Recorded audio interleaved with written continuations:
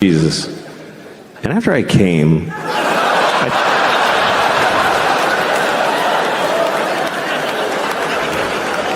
thought,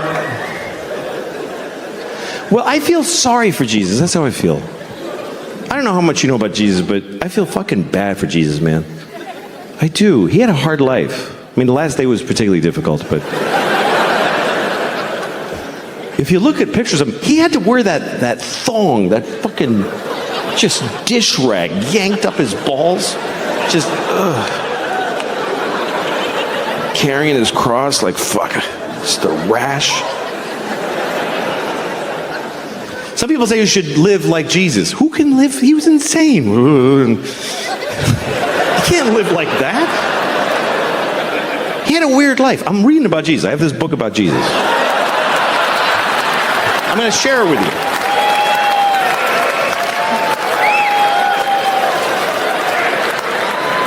Okay. This is a book about Jesus. Actually, only this much is about Jesus. Only that, just that part. The rest of it is just the Jews going like, and then we walked for 50 years in the desert, and we only had a little bit of oil. It was difficult. It's fucking verbose. The Jew, look at that, just Jews. It just goes on and on. And then Jacob bought a goat, and Abraham lived to be 800. Yeah, I bet he fucking did, too.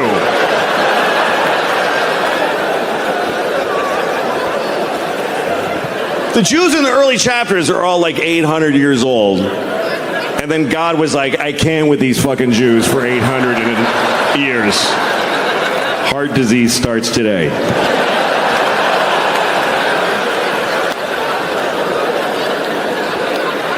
So that's them, and that's Jesus. All those little parts, Jesus. And the weird part is it's not all, like, it's all the same story over and over again. They tell the same story about Jesus' life over and over. First Matthew tells it, and then Mark is like, dude, that's not what, you're fucking drunk. Here's what happened. I'll tell you what happened. Hey, Paul, you weren't even here. Shut the fuck up.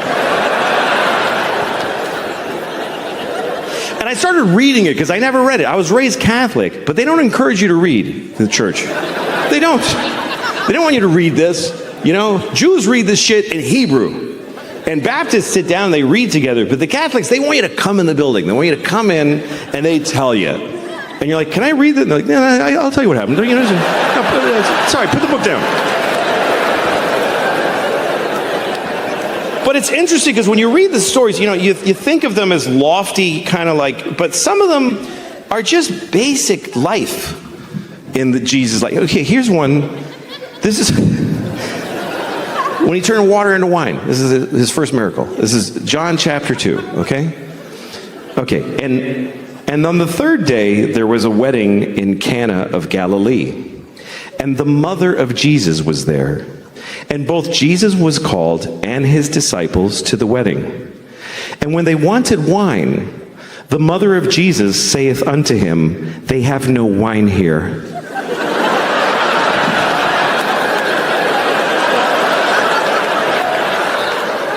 And Jesus saith unto her, woman, what have I to do with thee?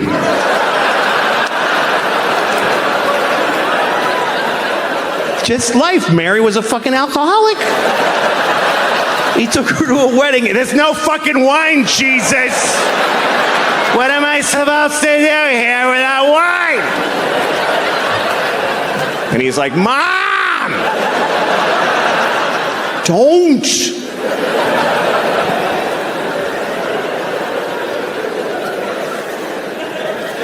Anyway, you know the rest of the story is that Jesus, he's at the wedding, they had no wine. So Jesus went to the guy running the wedding, and he was like, look in the water barrel. Like that, like a close-up magician. Why don't you take a look? Maybe it's not the Red Queen. Go ahead and flip that card over. What do you think? Told him to look in the water barrel, and he looked, and it was wine. He had turned all their water into wine. Everybody rejoiced. Except the guy running the wedding was probably like, we did need some water. is actually a bigger problem. I have a feeling a lot of his miracles were met with mixed. Like, oh, thanks. That's great, Jesus. Fuck.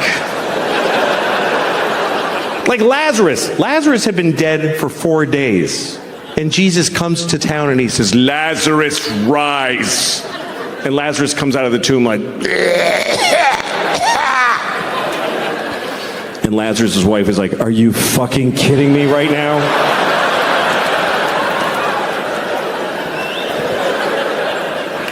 But so here's a story though I want to read to you.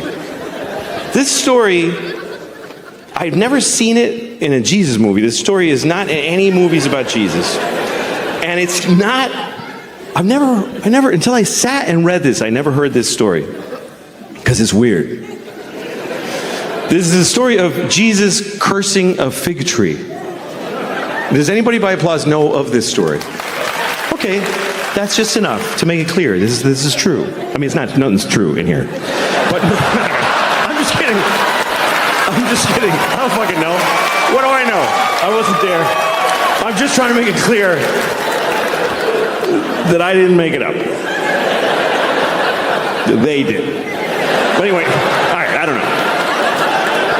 Okay, here's the story. This is Mark chapter 11. It's when Mark went broke.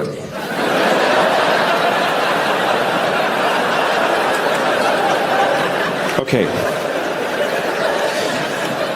And Jesus entered into Jerusalem, and when he had looked around about and seen all things, and the eventide was come, he went out unto Bethany with the 12. See, Bethany was like a suburb of Jerusalem. So he went in Jerusalem. You know, you see all the shit downtown, but you don't stay downtown. You go to the Marriott by the airport. You know? That's what Bethany was. Okay? And on the morrow, when they come from Bethany, Jesus was hungry. And seeing a fig tree afar off, having leaves, he came to it, if haply he might find anything thereon. But when he came to the tree, he found nothing but leaves, for the time of figs was not yet.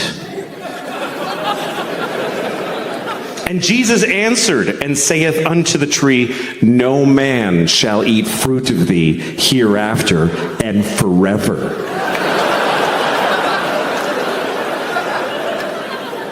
And the disciples heard it. And in the morning when they passed by, they saw the fig tree dried up from the roots and dead. And Peter, calling to remembrance, saith unto him, Master, behold, the fig tree which thou dost cursest has withered away and died. And Jesus answered and saith unto them, have faith in God.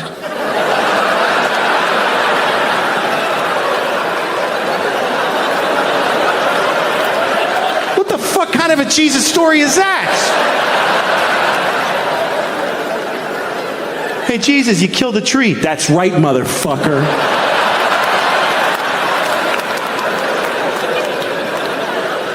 What's the fucking point to this story? What is the moral? That Jesus just killed a tree. He was hungry. He was fucking cranky. He was like, there's no fig. Fuck you, tree. You're fucking dead, you piece of shit. I wanted a fig. You're fucking dead. Watch this.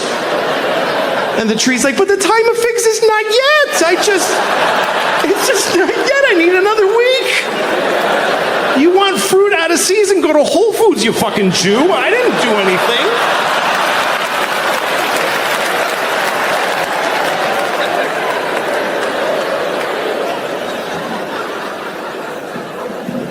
You can't act like that, man. You can't act like that. You walk around acting like that, folks will nail you to a cross. That's what they'll do. They will. You gotta fucking cool it, Jesus. He got a little, you know. That's really what happened. Got a little shitty. A little big, you know. He went to Jerusalem. It's a big town for a boy from Galilee. And he didn't just walk into Jerusalem. He walked in and his friends were like, King of the Jews, y'all! King of the motherfucking Jews! The Jews didn't like that. The Jews are like, not my president, whatever, you know.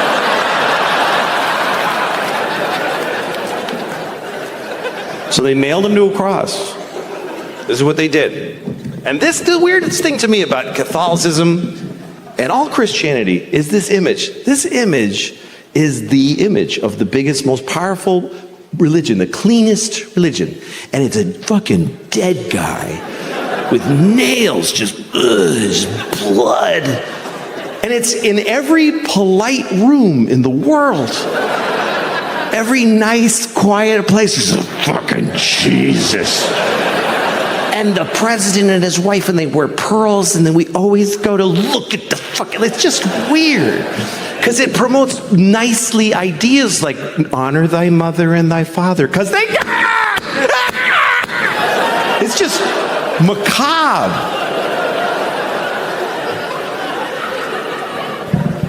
But I love it. I love the image. I love it. I was raised Catholic my whole life. I love this image. I stare at it. Every time I go by a church, if it's open, I go in because I want to see their Jesus. They all have a different Jesus. They're a little different. Some of them he's really suffering. And some of them he's just like, oh, well. I really got myself in a noodle this time, boy.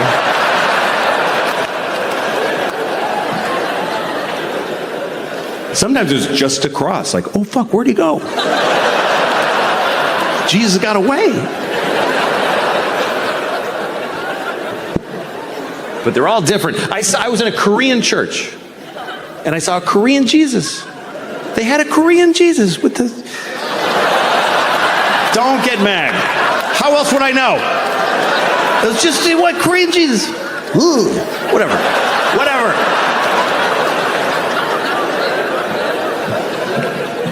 Jesus looks different everywhere. Mostly Jesus has blonde hair and blue eyes, which we know he didn't have, but that's who won everything, so they get to draw him.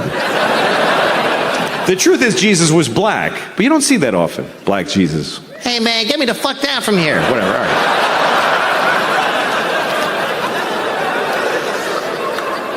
But everybody wants Jesus to look like them, so they draw him to look like them. That's why I don't like that he's always skinny. Jesus always rails and just fucking, I've been doing Pilates for months getting ready for this. It's not fair. You never see a fat Jesus. I never one time saw like just a fat Jesus. With like 10 nails in each hand.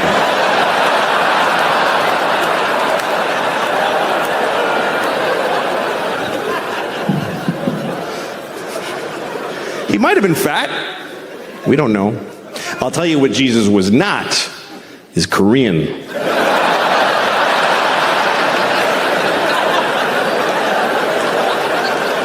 There's no Koreans in Jerusalem in the year 1. Village in Europe with a bell that goes pang, like whenever. And a dog walking alone. I don't like cute little places. I don't like little towns in America either, with little shops. Oh, look at that little shop. Let's go in that little shop. Now let's get a divorce. Isn't that a better idea? You go in there. I'll just walk away. Just tell the kids I was a pilot and I got shot down. I don't like little shops. I'm uncomfortable in a little shop. You go in and it's like, clill-a-ling-ling, clill-a-ling. Now it's just you and her.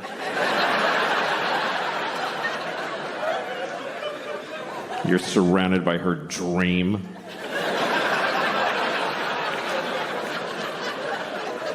And you can't just go, ugh, and leave. Like, she saw you. You have to go all the way in now and look at all the little crafts that she made.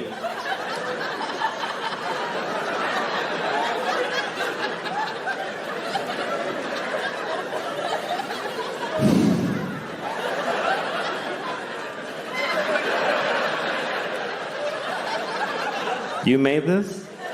Really? You made this instead of killing yourself?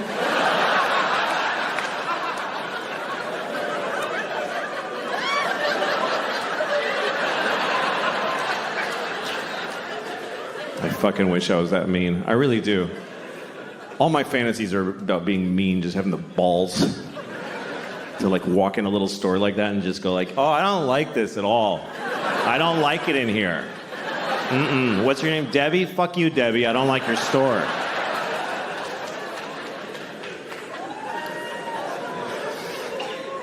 I was in Florida recently. I don't like Florida at all. That's a shit state full of shit people. That's what I think. I hate Florida. I hate it. I hate the whole thing. The entire... It doesn't look like a dick. People say that. It looks like a shit coming out. If you look at it, it's like America's ass. And it's a shit that's just, that you're trying to... And there's a little... Cuba's like a little... that came first. That's what I think of Florida. Every time there's a hurricane, I'm like, yeah, get them. Get them all, Melissa. No. I don't mean any of that. It's just fun. It's fun to pretend. I was in a sushi restaurant in Florida, and it was empty. You ever go to a restaurant, and it's open, but you're literally the only person in there. You walk in, the staff is like sitting at the tables, you know? And you walk in, you're like, are you open? They're like, yeah. And so you go, oh, good. And they're like, oh, we gotta fire up the whole fucking restaurant for this one guy now? So I ordered a lot of sushi because I felt bad for wasting their time. And I didn't eat most of it because I don't like sushi. And so the waitress comes over, she's Japanese, and she says, you know Finnish? Which is what she said. I'm not... It's just what she said. I'm not gonna change what she fucking said. I'm not gonna lie to you and say that she said, you're not gonna finish that? Because it doesn't happen to be what she said. And I have to do the accent. Because it's weird if I tell you that she said, you know Finnish? So I'm stuck. I'm just telling you what happened. She said, you know Finnish? Do you know Finnish? It's exactly what she said. It's a perfect replica. No, it was subtle. She said, you know Finnish? And I said, no, I know Finnish. Because I think that's polite to repeat people's bad English to them. Otherwise, you're being a dick. It's like, you know Finnish? No, I am not going to finish. You left out a lot of words. I took the liberty of restoring them.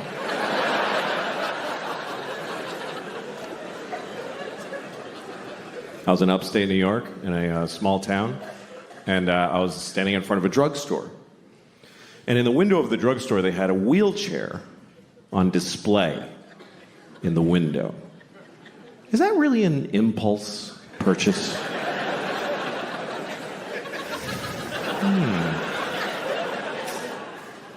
I should get a wheelchair.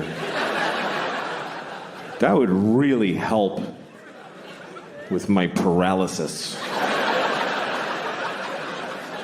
Then I wouldn't have to drag myself everywhere I go, like I've been doing for 10 years since my legs were blown off at the marathon.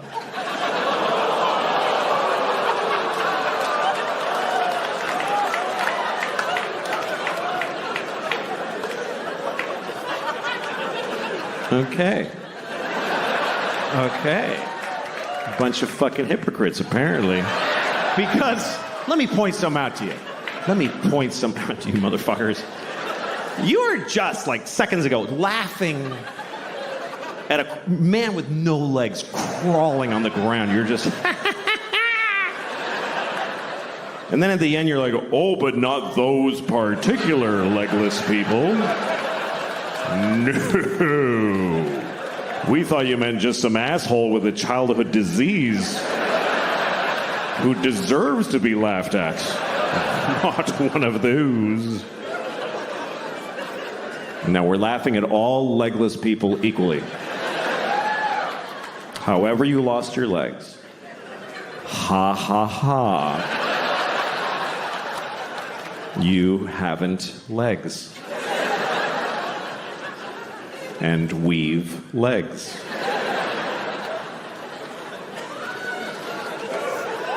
I have legs. I have 2 legs.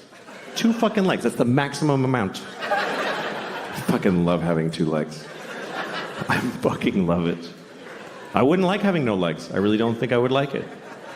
I think it would suck. I think it would suck shit out of the balls of Christ. It's an old Southern expression. It's not used like it used to be.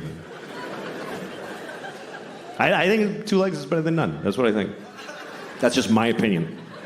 It's not popular. You're not supposed to say that because you're supposed to always be very positive about disabled people. But I think that puts pressure on them to be positive. What if they don't want to be? Because the only story we want to hear is about the amazing disabled people. He's amazing. He lost his legs and then he won the leg-having contest. What about disabled people who aren't amazing? Who are just ordinary with a sweatshirt and some potato chips, and he's going, fuck, I wish I had legs. No, this is better. This is better with no legs. Why is it better? Because you can do anything now. I can do 4 things. Fuck off. I just don't know that our positive, non-disabled attitude really helps. Like retarded people. We're going to talk about retarded people for 20 minutes. That's what's going to happen. We're going to discuss retarded people for 20 minutes. It's not okay to never speak of them. No, we're going to talk about them. First of all, I want to talk about the word retarded, okay? Because the word retarded, it's a bad word. Now, people do not like the word retarded. They find it very offensive. Now, I'm a little confused by this because it wasn't always a bad word. And I grew up in the 70s and it wasn't bad back then. And most bad words were always bad. You know, cunt never had a day in the sun. There was never a time where the Santa Claus at the mall was like, come here, you little cunt. Tell me what you want for Christmas. And then in the 90s, we're like, let's lay off a cunt a little bit there, gang. No, we used the word retarded in the 70s. We used it to identify people who were retarded.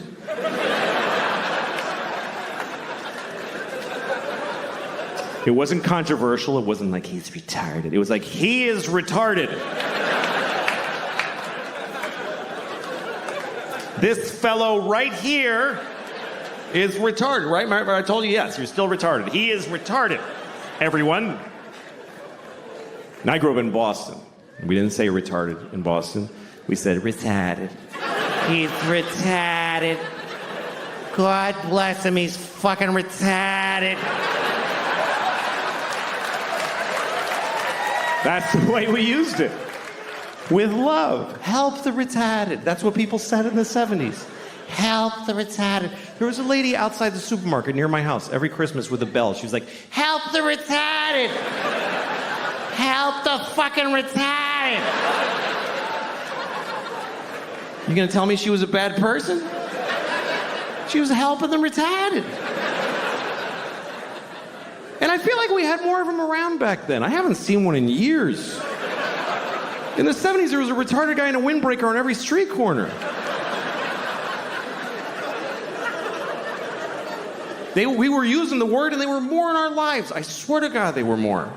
They were in our culture. There was TV movies about retarded people all the time. Tonight on ABC, a retarded boy's dream.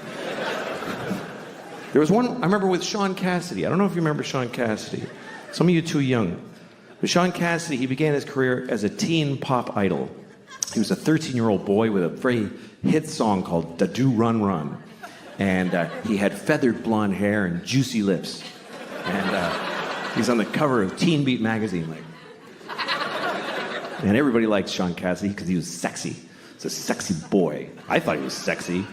I thought he was really sexy. I was 6 years old. But I already had inappropriate sex feelings for teenage boys when I was 6. I was an old soul.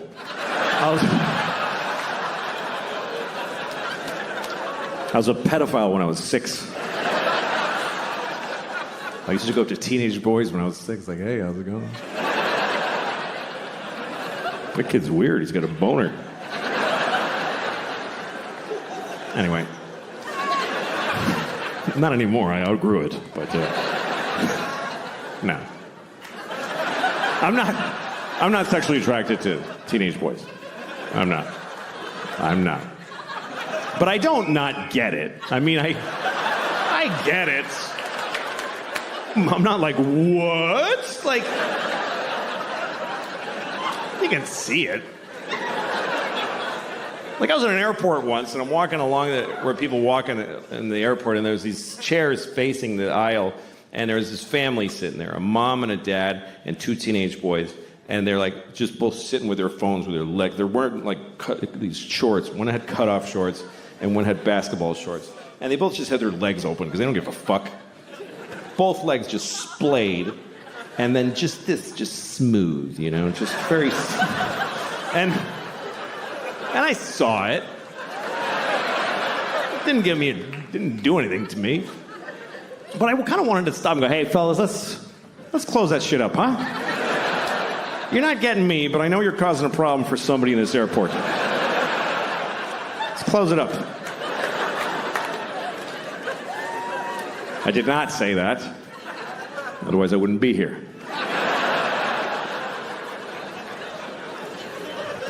Anyway, let's return to the comfortable subject of retarded people, shall we? So Sean Cassidy. Sean Cassidy was a teen singer who then grew up. He was about 18. Now he was, old and gross. Nobody wanted to fuck him. So he started to act. And he had a movie on TV called Normal People, where he played a retarded man who wants to live a normal life. It was very inspiring, actually. And at one point, he didn't do like a big retarded character. He wore thick glasses. He talked like Elmer Fudd. That was the whole thing. So he goes up to the guy who runs the group home he lives in, and he says, I want to get a job. And the guys who runs it is like, Republican conservative. So he's like, you can't get a job. You're retarded,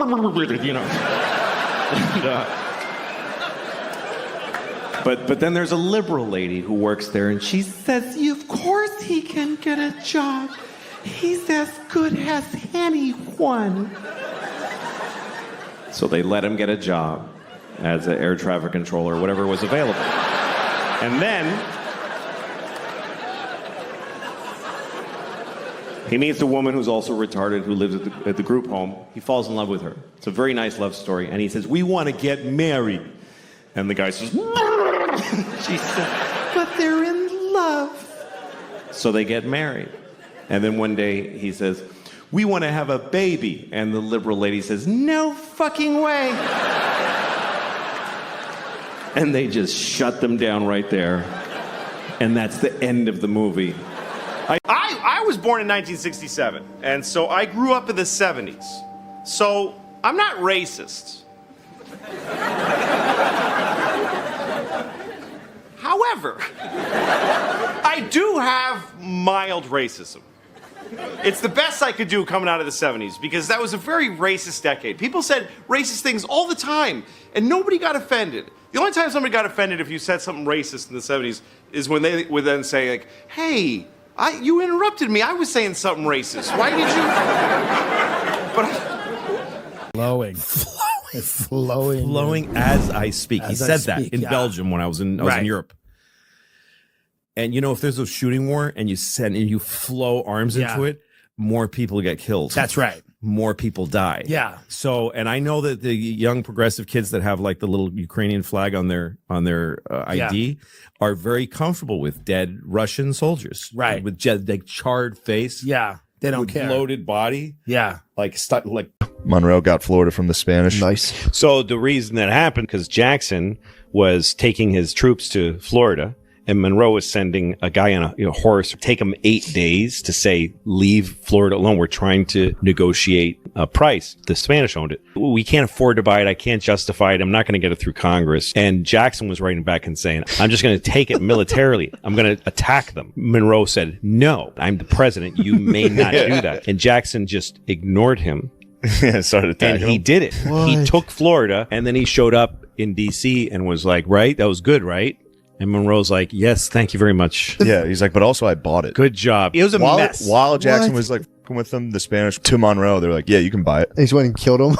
He was down fighting them, and he was like, actually, you know what? Yeah, we're gonna But sell it. there's two generals that did that. Him and MacArthur did that too. Just did without permission. Yeah. And then showed up and said, right, Mr. President, wasn't that the plan That was all pretty along? And he good. was like, yes, it was the plan all along. Whatever you want. Whatever you want. Louis C.K. revealed his reasoning for performing at the Riyadh Comedy Festival during the comic's first network television appearance in over 8 years on Real Time with Bill Maher. They said there's only two restrictions. It's their religion and their government. And I don't have jokes about those two things. It used to be when you got offers from places like that, there'd be a long list. And I just say, no, I don't need that. But when I heard it's opening, I thought that's awfully interesting. That just feels like a good opportunity. And I just think comedy is a great way to get in and start talking. And there's Saudi Arabian comedians there. I love stand-up comedy and I love comedians. So the fact that that's opening up and starting to bud, I want to see it. I want to be part of it. Dave Chappelle, it was in the press today, saying that you can speak more freely over here than in America.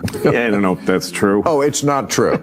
And so I sat in they didn't have the place for us yet. And they let me, I asked if I could go in a control room. And they're like, okay.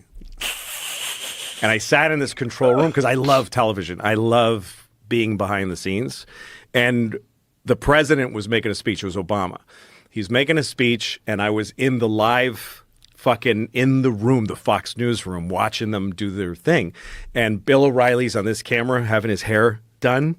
And this guy's over here looking at, and a girl's she's getting makeup. Everybody's getting ready.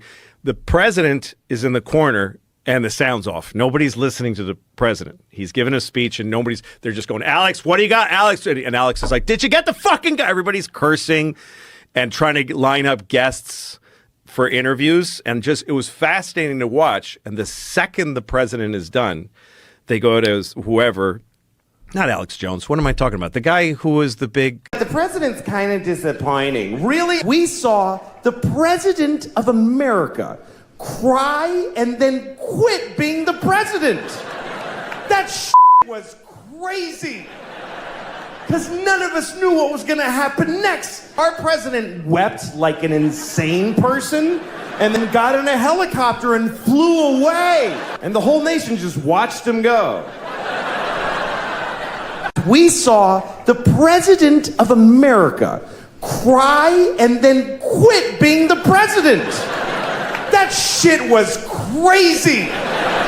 Because none of us knew what was going to happen next.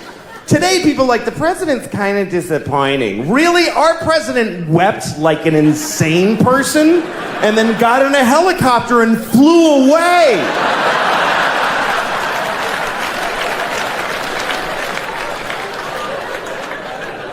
And the whole nation just watched him go.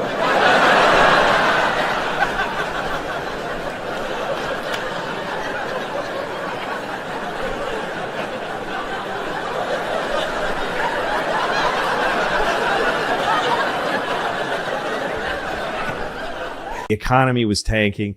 And then here's Gerald Ford, who was just a kind of like oval-headed, simple dude. He made little moves. He handled it perfectly. I mean, he did one thing that was extremely, extremely unpopular and fucked up, which is that he pardoned Richard Nixon. It was the first thing he did. Everyone wanted to go after Nixon and keep investigating and catch him and send him to jail. He could have gone to prison for what he did. And Ford knew that if he pardoned him, he would never win an election. There was no way he was going to be reelected. Yeah.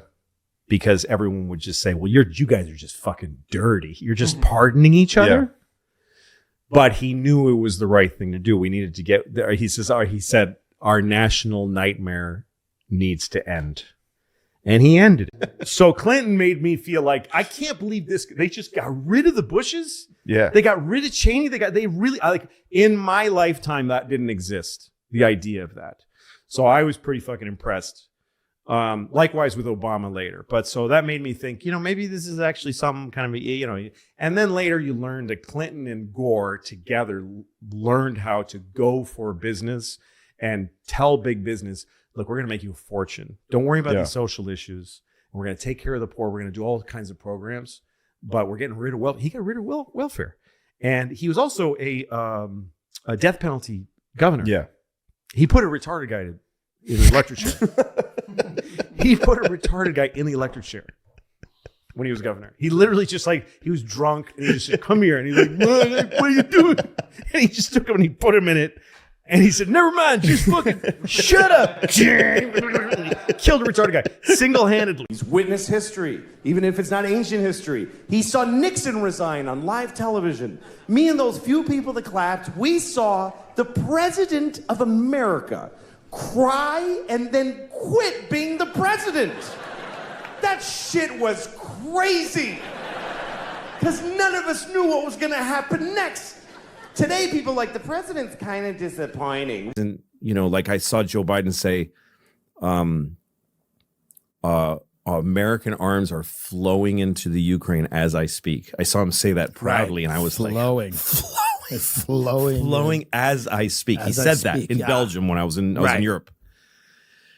And if there's a shooting war and you flow arms into it, more people get killed. That's right. More people die. Yeah. So, and I know that the young progressive kids that have the little Ukrainian flag on their ID are very comfortable with dead Russian soldiers. Right. With charred face. Yeah. They don't with care. bloated body. Yeah. Stuck coming out of a tank. Right. They're like, It's right. go us, whatever. Fine. I called Trump when Trump was not conceding the election. Yeah. I called the White House and it was deep into it. Yeah. And usually it's hello, White House. It's a switchboard You're operator. calling the White House? And you say, I want to make a complaint. And she says, yes, I'll put you through. And they either, they give you a voicemail or they put somebody who just writes down, thank you very much. They take your comment and you just figure it's one of a trillion. But when I called Trump's White House, some guy, you could hear a loosened tie and unshaven. Some guy goes, hello, White House. And I go, hi, I want to make a complaint. He goes, what? I want to make a complaint. He goes, look, please just go to the website. Can you just go to the website? And I said, are you okay? And he goes, not great. I swear to God, I had this conversation. He goes, not great. I said, okay, well, I hope you have a better day. He said, thank you. I do appreciate that. So it was at that point, the White House was in a place where it was Trump's somebody get the fucking phone. The fucking phone is ringing. It was nobody's left. It was the end of Wolf of Wall Street. You were just doing gigs last night. You're going to Tyler Perry's and Chuck Lorre's doing the thing. You're touring, doing that part of the job. Yeah. The night of, I'm a comic, so the night that you knew that they were going to shoot Bin Laden, you're doing comedy. I was pretty funny, too. Yeah. Yeah. But, is there some trick that you can share with us all of how you just sort of focus in on that? Is everything that immediate to you that you can compartmentalize that quickly? Or you just know that you have to show up and do the job? Yeah, look, because you're a performer, this is true, and you're friends with a lot of comics. You like comedy? I love comedy, and Who are your guys? well, Pryor was an early Right? one. Yeah. Dick Gregory when he was really, right. on the edge. Yeah. But I love all. Seinfeld's a whole nother different type. Yeah. Louis, I know is a buddy of yours. Yeah. I love Louis? I think Louis is terrific. Oh boy, he just made his life. No, he just made his life. Mean, he's wonderful in such a self-deprecating but edgy kind of way. I mean, and basically good-hearted even when he's saying stuff that's pretty wrong. Yeah. But you can there's a goodness about him that comes through. But look, I think that Half people think one thing, half people think other, and most of them are fed on facts. But the most important thing is that we can keep voting openly and talking openly. And my feeling, and it might be because I'm also caught up emotionally, I look at that guy and I listen to what he says, and I think he's going to make this a violent and contentious country where you can't say what you want, and he's going to bully people at the polls. And I picture him saying, once it's two candidates, you Hillary voters may not want to meet my voters at the polls. You may want to stay home. Like, that's sort of where this starts to lead to. In 4 years, you don't have to vote again. We'll have it fixed so good you're not going to have to vote. And I got really scared. And I wrote that thing. And after I wrote it, I was like, the fever broke. And I was like, I'm a little unhinged here. Like, that was, that was irrational. Everybody wants me to run. Now, Louis, I'm not doing my job if I don't ask you about the election. It's just a week away. You want to talk about it? Who are you supporting? I'm going to vote for Hillary because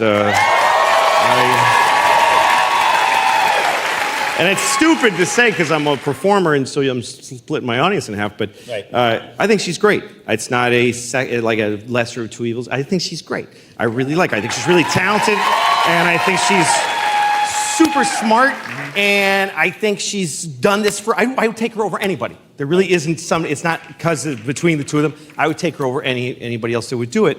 And to me, it's really exciting to have the first mother in the White House. That's what I think this is. It's not about the first woman. It's about the first mom. Now, what is it about a mom? Because a mother, she's got it. A mother just does it. She's got she feeds you and teaches you. She protects you. She takes care of a father. We've had 240 years of fathers. Father after father. Bald father, fat father, every kind of father.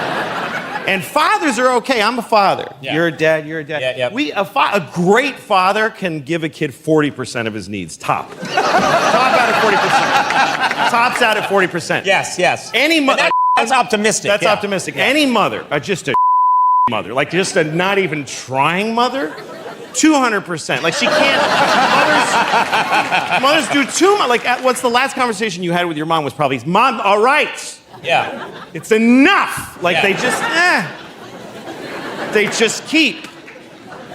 So to me, she's like it's exciting to think about. I'm excited about this election because I don't want it to be the other guy. Look, if you vote, I don't have no problem when anybody votes for Trump if that's your ideology. Although 4 more years of I don't know if we can do, because this is 4 more years of a guy who can't be criticized. What's more important about a president than that you can all over them? That's what presidents are for. Guy sucks. Like, that's the point of the president, is to get drunk and blame them for everything. And accuse them of This guy, every time he's criticized, everything stops and he makes everybody pay. That's not how it works. We need somebody who can take abuse. Hillary Clinton can take abuse. She's been taking it and taking it. This is what's been going on. We've been hazing her. We've been holding her down and spitting in her mouth and yelling at her. And she just gets up and goes, well, I just think that if children have proper health care and education, she just keeps working. So I'm totally for her. Now, Louis, you want people, you really changed my mind. I was all in for Trump. I'm glad you're here. But you know what? You feel a specific need, or it's important to you that people get out and vote, especially there's some younger people out there, millennials, that say, oh, I don't know if this is, there's a good choice for me here. I don't know if I'm going to vote or I'm undecided. Exactly. I don't have any quarrel with somebody who votes for Trump if that's what they feel that they want. But if you don't vote at all, because I don't know about her. She's like, if you're like a liberal who's not going to vote, you're a piece of because wait a minute. Because this is what they're like, I don't really like her voice. Grow the Are you kidding me? Grow up. I just don't something about I don't want somebody who's likable or cool anymore. We need a two-faced, conniving, crazy, just somebody who's just got a million schemes. And by the way, all her is out there. Every email she ever wrote is in the newspapers, and she's not in jail, which is amazing. But we need just a tough bitch mother who nobody likes, and who just does. So this is my feeling overall. I think if you vote for Hillary, you're a grown-up. If you vote for Trump, you're a sucker. If you don't vote for anybody, you're an asshole. That's what I think, overall. I will learn from watching Obama when he was running for president against McCain, I think it was, and he was, on the I don't remember which election, but he was debating. And McCain really knew that Obama was going to win. Like he used to just say it to people. This guy's going to beat me. I know it. I liked McCain too, but he would during the debates he would really kind of attack Obama and be really pugnacious. And Obama would just he'd say what he feels, and then McCain would go, yeah, and Obama would just look at the camera and smile and go, That's a brilliant way to handle it. It is, because what the audience, he doesn't need to overcome McCain. Right. He doesn't need to make him feel worse or to convince him of anything. There's other people watching, and he knows who he is. So people watching go, that guy's having a hard time, McCain. This guy seems like he knows what and also I'm listening to what they're saying. I've got my own mind, Yeah. So you kind of count on people doing that. And, like I saw Joe Biden say, American arms are flowing into the Ukraine as I speak. I saw him say that proudly, and I was flowing as I speak. He As I said that speak, in yeah. Belgium when I was in Europe.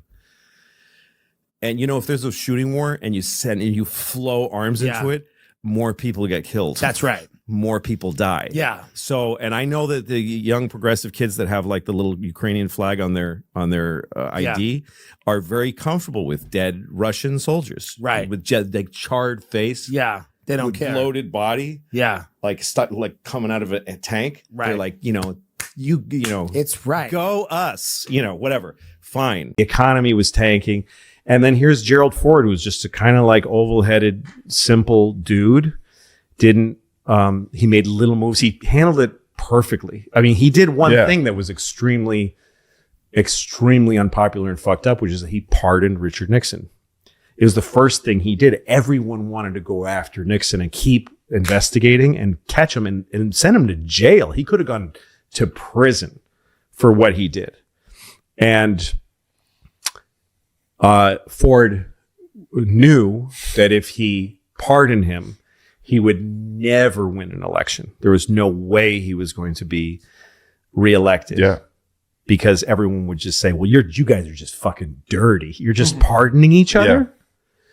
But he knew it was the right thing to do. We needed to get there. He said, our national nightmare needs to end. And he ended it. He's witnessed history, even if it's not ancient history. He saw Nixon resign on live television.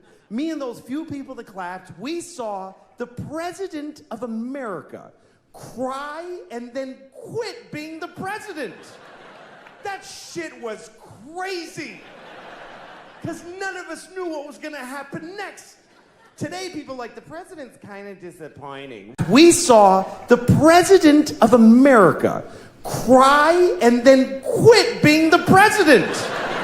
That shit was crazy. Because none of us knew what was going to happen next. Today, people like, the president's kind of disappointing. Really? Our president wept like an insane person and then got in a helicopter and flew away.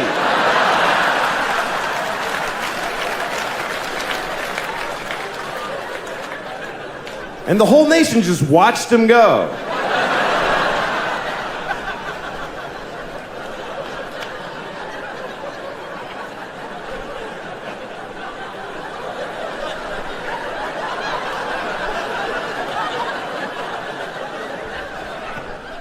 And, like I saw Joe Biden say,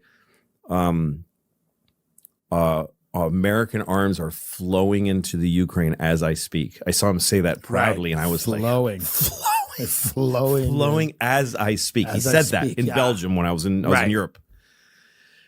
And if there's a shooting war and you flow arms into it, more people get killed. That's right. More people die. Yeah. So, and I know that the young progressive kids that have like the little Ukrainian flag on their ID are very comfortable with dead Russian soldiers. Right. With like charred face. Yeah. They don't with care. bloated body. Yeah. Like coming out of a tank. Right. They're like, It's right. go us, whatever. Fine. 4 presidents were. When you think about the fact that 4 of them were assassinated. Yeah. Well, successfully. Yeah. I hear you. 4 were killed. Shot And killed. Yeah. 4 out of 40. There's been 47 presidents. Yeah. 4 were shot and killed. Is it Garfield? McKinley shot and killed. JFK and Lincoln. Reagan. Close. Badly shot. Yeah. Roosevelt, Teddy, shot in the chest. Bull. but had a thick piece of paper with his speech and a glasses case. Finished the speech, dude. Yep, finished the speech. Got shot and was like, and somebody shot at Andrew Jackson. yeah. You got it. And he had a cane and he beat the guy. Beat the guy. I almost beat him to death. The guy shot him and he just it was right outside the Capitol. What? Like by the big pillars or whatever. Yeah. And he just beat the out of him. Dude who shot. Yeah, he was insane. The president's kind of disappointing. Really? We saw the president of America cry and then quit being the president. That was crazy. Because none of us knew what was going to happen next. Our president wept like an insane person and then got in a helicopter and flew away. And the whole nation just watched him go. I called Trump when Trump was like not conceding the election. Yeah. I called the White House and it was deep into it. Yeah. And usually it's like, hello, White House. It's a switchboard Wait, you're operator. calling the White House? And you say, I want to make a complaint. And she says, yes, I'll put you through. And they either, they give you a voicemail or they put somebody who just writes down, thank you very much. They take your comment and you just figure it's one of a trillion. But when I called Trump's White House, some guy, you could hear a loosened tie and unshaven. Some guy goes, hello, White House. And I go, hi, I want to make a complaint. He goes, what? I want to make a complaint. He goes, look, please just go to the website. Can you just go to the website? And I said, are you okay? And he goes, not great.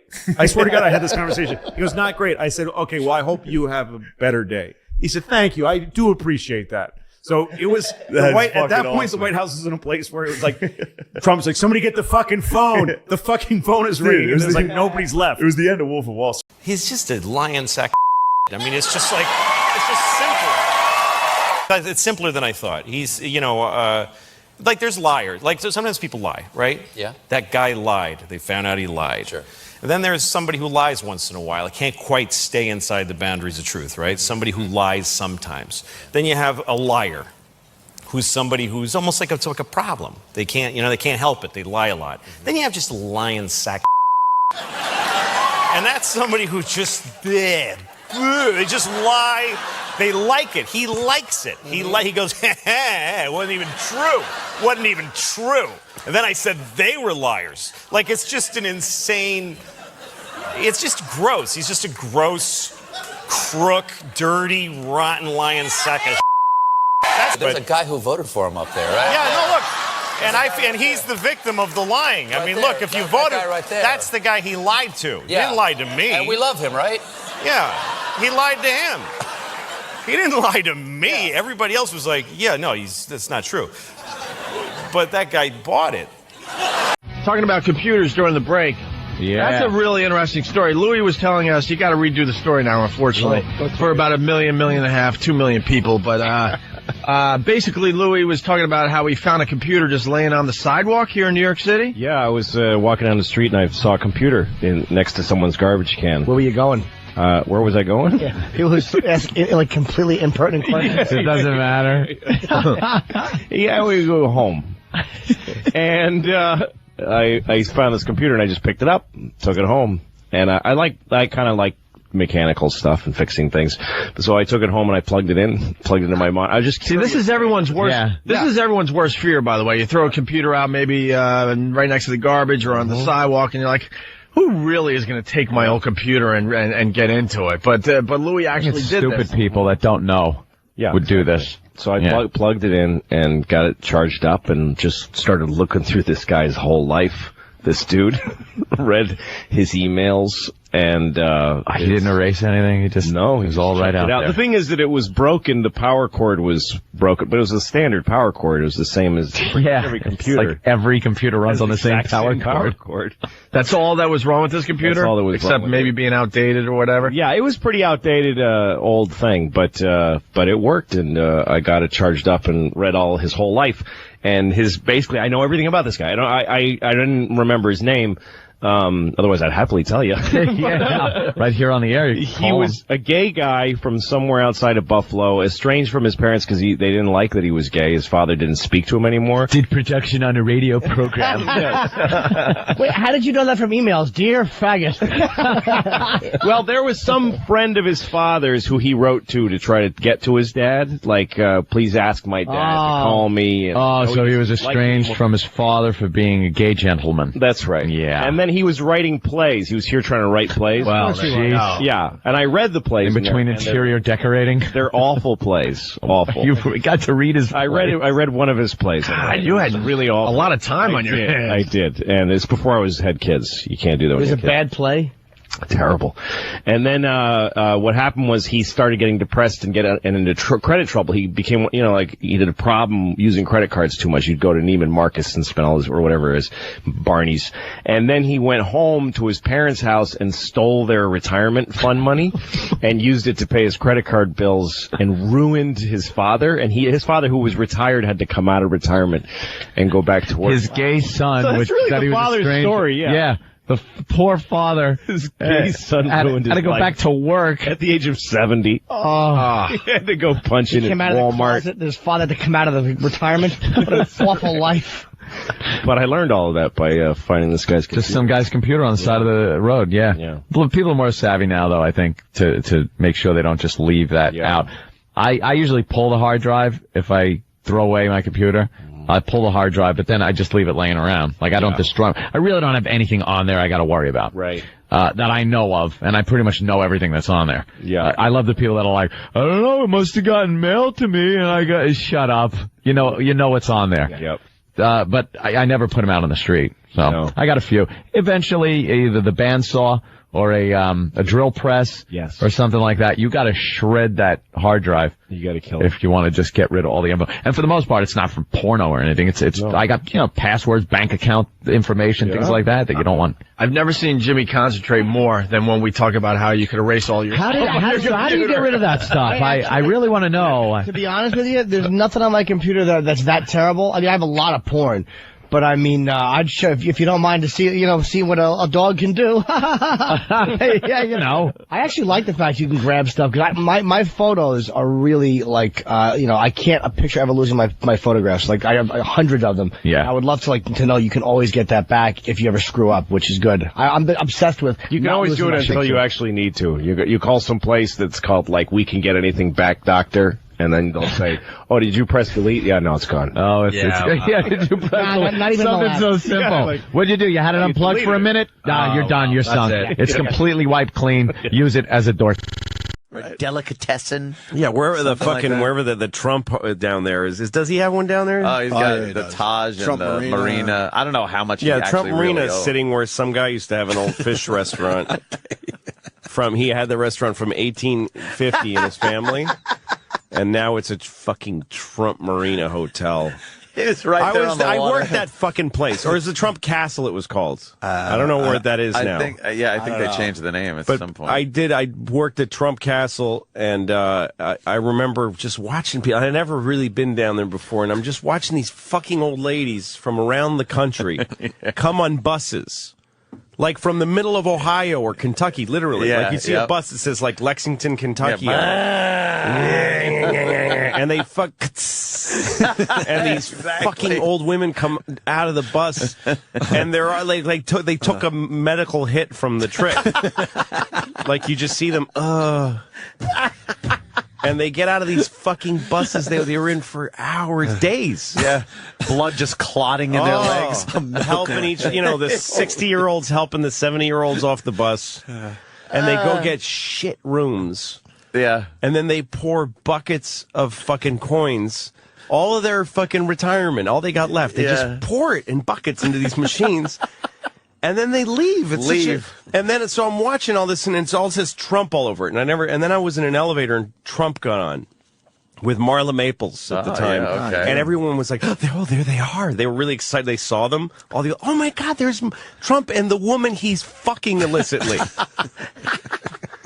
And they get on the elevator, and Trump looked miserable. I was in the elevator alone with him just by chance, and he just looked miserable. He looked so unhappy. Yeah. And all that money, I realized is a weird, like, he has all this billions of dollars, but he's fucking miserable because he needs 100 billion to look in the mirror and not want to kill himself. He needs that. These old ladies from Kentucky, they don't need anything. They have like maybe $1,000 in the bank. Right. It's like they're coming. It's like a religion. Like they're coming to help him feel better. Like they're coming to give him money. Giving him the money. He's like, I have $100 billion and I don't fuck everybody. It's not enough. And these old ladies are like, I have maybe 1,000. You can have all of it. I'll that give you help? all of it. I'll take a bus all day to give it to you. We could have pumped it into our own economy where we live. Yeah, I could have given it to my neighbor's store that closed last week. By the way, for you young people, here's how life goes. One of your parents is going to die, and the other one is just never going to fucking die. They just will never fucking die. Ever. And guess what? It's not the one you wanted. Nope. It's not the one you wish to have kept. It's not your good parent. Nobody's got two good parents. You have a nice one and a shitty one. And the nice one just dies, because that's what nice people do. I'll just die. I don't want to bother everybody. And the shitty one just hangs in there. Yes, I'm still here. Another day of this. Why? What the fuck for the long life? I started to believe in this country was when Clinton ran for president, because, and again, not based on politics even, but how dug in Reagan and Bush felt. And Bush just felt like, you ain't gonna beat this guy with nothing. These guys are in, and there's Dick Cheney in there, and Donald Rumsfeld. These fucking guys are like, these are hard ass fucking guys who don't bleed. You just don't believe they bleed. And they got it all worked out, and they've been there for 12 fucking years. Yeah. And here comes Clinton, whose mom was a blackjack dealer in Vegas, and whose dad died in a 3-inch puddle. He died. He was drunk, and he hit a tree and was launched out of his car and landed in 3 little feet of water and drowned in it. That was Clinton's dad. And then that was Jefferson. His father, his name was that his real dad or his stepdad? His dad's last name is Jefferson. Yeah. It would have been another Jefferson. That was his real dad. His mom then married a guy named Clinton. He changed his name. And had Roger. And his mom, and that guy used to beat the shit out of his mom. And the second Clinton got big enough, one night his stepdaddy came home drunk. And he stood up to him and he said, if you hit my mom again, I'm going to kill you. And he used to protect his little brother. And his little brother was like an orphan. His dad's a drunk. Yeah. So the dad disappears. And the day that Clinton turned 18, he was already in charge of the family. The day he turned 18, he took his brother to City Hall. And he said, you know what I'm doing today? I'm changing my last name to Clinton so that you and me are real brothers. That's why his last name is Clinton. Yeah. That's who Bill Clinton is. Okay? And he fucked a bunch of 10-year-old girls on a jet. He also fucked those kids. but he did.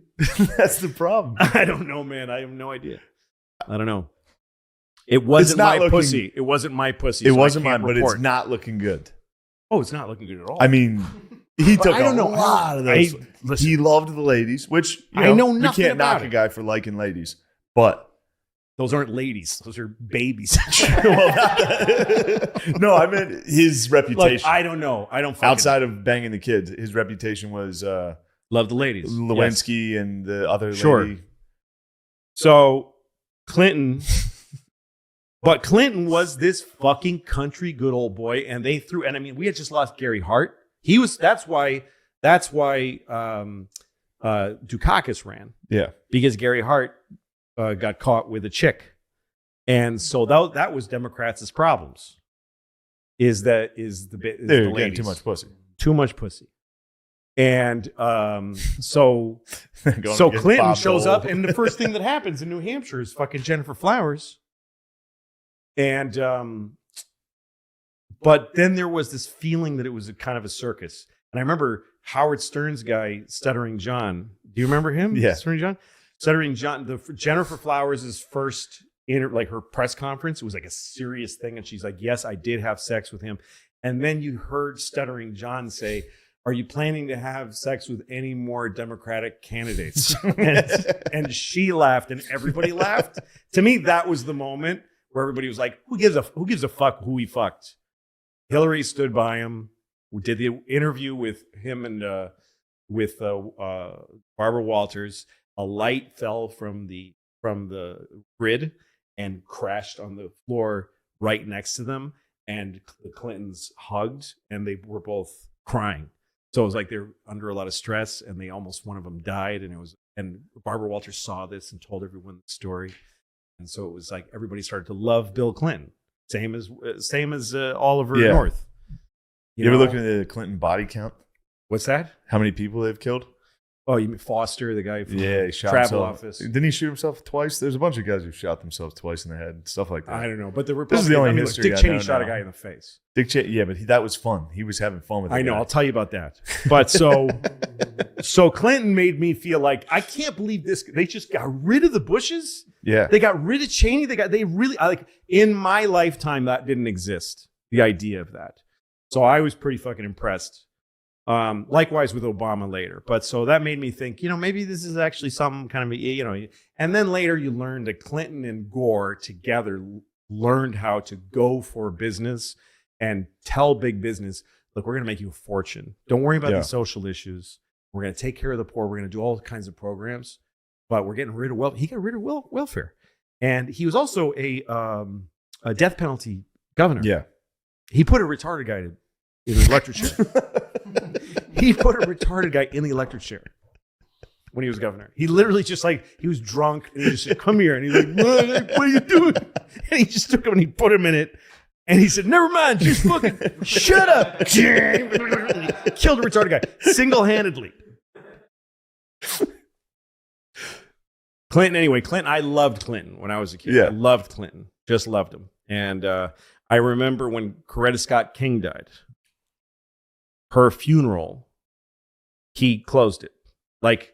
I think Jesse Jackson was there. Every president was there. Everybody, past president, all the greats came to make speeches.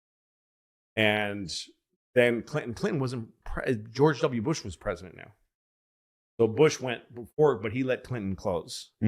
They all made speeches about how far we've come and the importance of Martin Luther King, and then they'd make a comment about her. It was really about Martin Luther King, and then she was a great woman. And Clinton just fucking talked.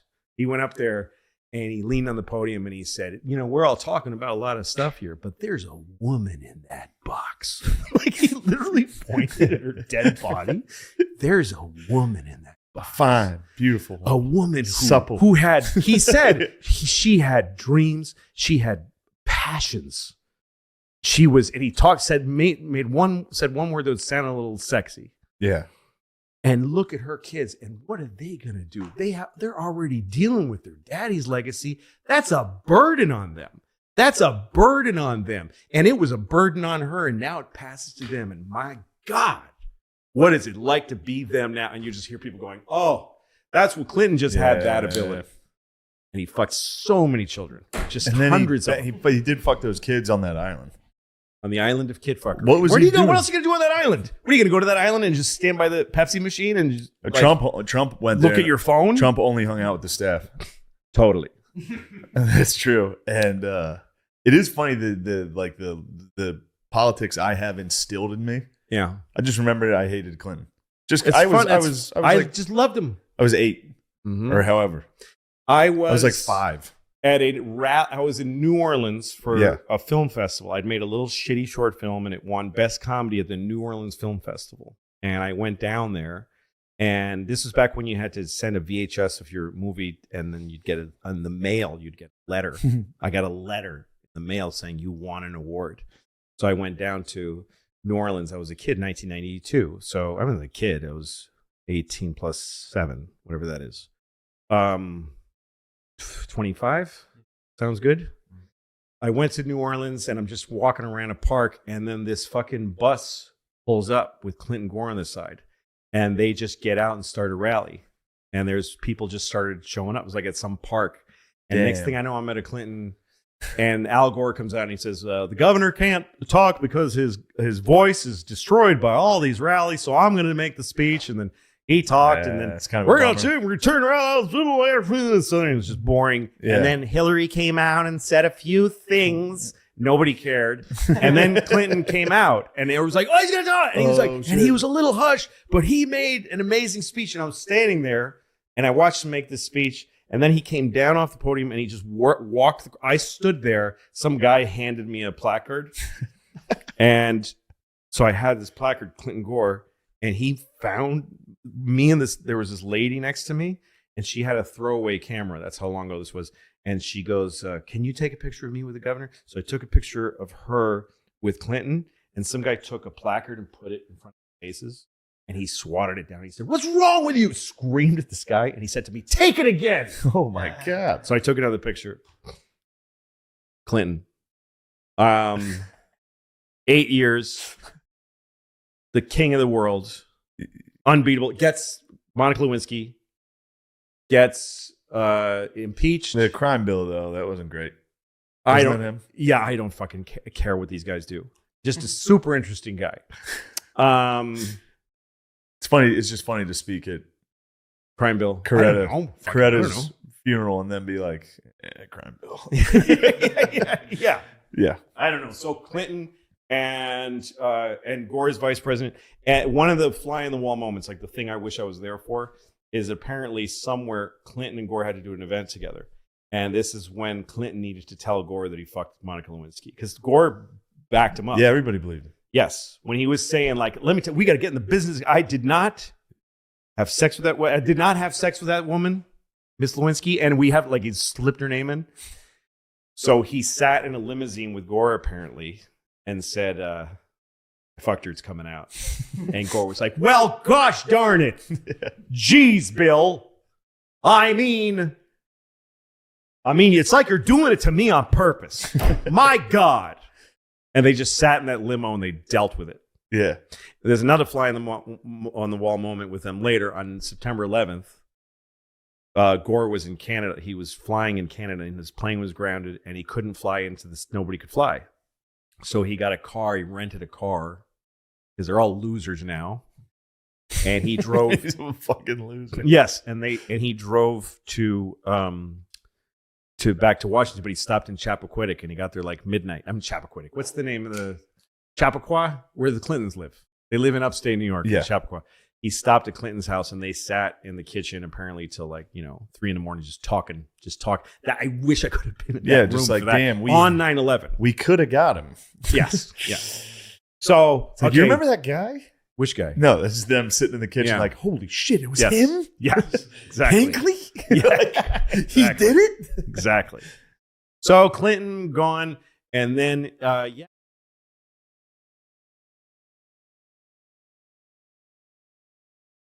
No parties supported him. He got nothing done. He was never up for re-election again. It must have been awkward. That brings us to our guy, though. This is who I wanted to get to. Polk, dude. Turns out Polk's the man. Really? Yeah. I know nothing about Polk. No. He was one term because he was a dark horse out of nowhere, and he promised everybody in his party, I'll only do one term. That way, some of you guys that are good, that are getting ready, you can take over. I promise to do one term. When he was running, his opponent's slogan was, who is James K. Polk? Like, people were talking shit. As soon as he got in, oh, this is good. He was a tiny guy. He was 5'8", which was like... That's really small. Yeah, he was 5'8", and when he got in, his wife was the one who came up with, they got to play Hail to the Chief every time you come in a room to give you some respect. Give him a little, yeah. Yeah, so that's why that happens. Nice. So right away, Polk starts going But it was wild. kind of a joke. It's like if a midget walked in. Yeah, like, everybody goes, it's just a little guy. No, Polk's a beast. Immediately, he starts fucking with the British about Oregon. So they have the Oregon Territory out there, which is just beaver hunting. Everybody's, beaver hunting. We're doing a little bit of What do that you in mean? Nash Vegas. What do you mean? It means Trying to get pussy. about pussies. Hunting in Oregon for They were in Oregon, pussy Oregon, pussy hunting. So the British were pussy hunting.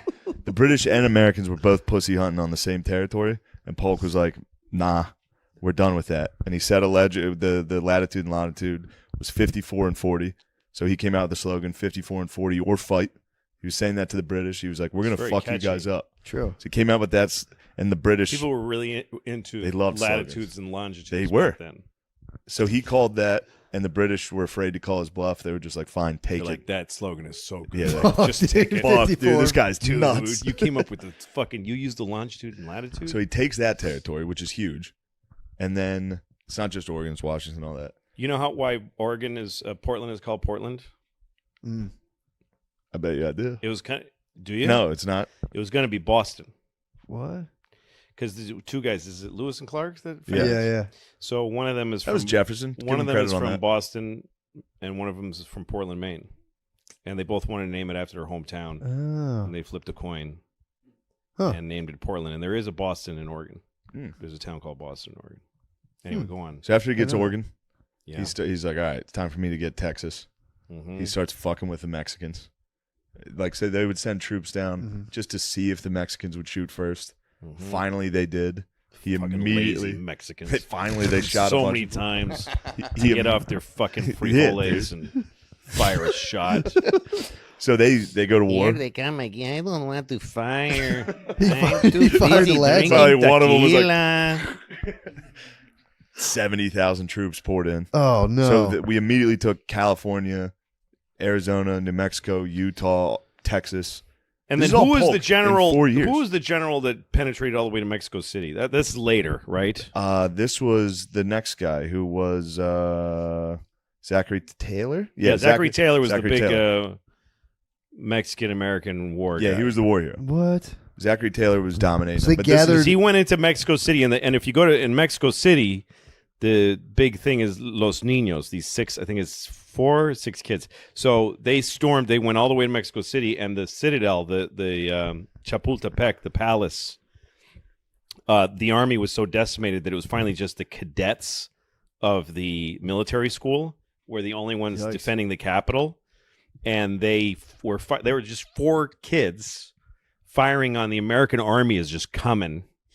And they wrapped themselves in Mexican flags and jumped and dove and killed themselves. That was how they ended the pretty war. awesome. And the moment is Zachary Taylor was holding one of them, and he was saying they were just kids. Like, he had no idea they were like fucking 12, 15 years old. Man. And in Chapultepec, there's 4 big pillars that are still they're like war heroes. That's pretty awesome. Yeah. What did Mexico have back then?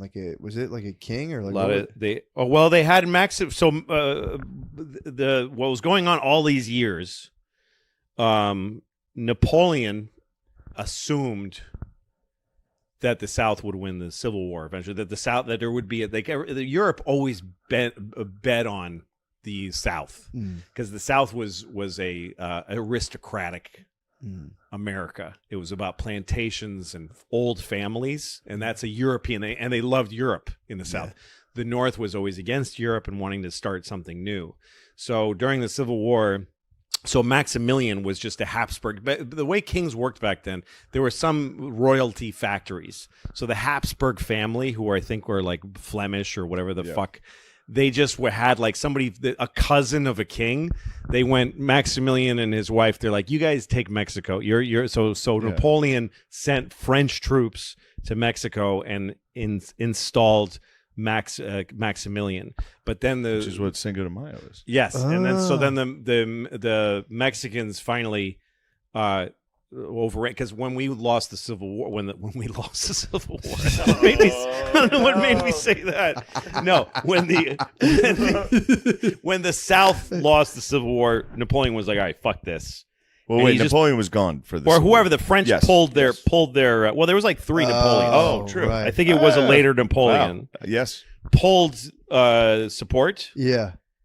And Maximilian, they beheaded him. Fuck. They fed peyote to his wife and sent her home. And there's some little village somewhere in like the Netherlands where they tell you like she's gonna come get you, because she would run in the streets. She went insane. She would run the streets screaming, and they tell kids if you don't get to sleep, because she comes out at night. If you don't go to sleep, she's gonna come get God. you. So Yeah, that's she how must far. have- That's how far in Mexico. Dude, if I'm they- sorry to derail you, No, but that's so crazy. No, that's great. Zachary. So you were still at Polk and then Taylor. Polk, but still. So one thing that was cool was when Polk was instigating this war with Mexico. You got to cut that part where I say we lost. No, You have that's to good. cut that. I don't That's know what good. You made me say corrected it that. immediately. This is pretty sick. So Polk was up there like they're fucking with us. They shot at our troops. An old one-term senator from Illinois at the time stood up and said, "Were we on their territory when we shot him?" There was one guy that was opposed to the Mexican-American War, a guy by the name of Abraham Lincoln. Really? Abraham Lincoln. And people were like, "Hey, shut up, pussy." Yeah, dude. We're trying to take Texas. Shut yeah. the fuck He's up. like, you guys, were we? And like, shh. Yeah, he was like, sorry. See, I think this was wrong. They're like- Anyway, that's why Polk's kind of the man. He added 1/3 of the entire United States in a 4-year term. Damn. Pretty good. Well, in territory. I know, but still, Still, it's like beast. those big Yeah, but you got states. Texas and California, And they were just That's sitting on probably the, half our Pretty population. good. True. And they were sitting on I the wish border. he hadn't added them, especially Texas. The But troops again, are sitting then there we being like, went, Mexico sucks. Mexico fucking Finally, sucks. one of them got just Go, popped. go. Oh shit! Run! They're pissed. Yo, Mexico's gay. Again, that was a smashing. America destroyed Mexico. It was Yeah. mean. It was mean. Yeah, it's not nice. Then this is good. Polk, he was working his tail off. His tail. He was tired. He was so exhausted when he got done. He went back to Tennessee and just died. Like right away, right? Yeah. He died, yeah. He was like, that was too much. I That should was have done a all lot that. of work. Yep. Just died. So then comes Zachary Taylor. This is 1849 to 1850. That's a quick term.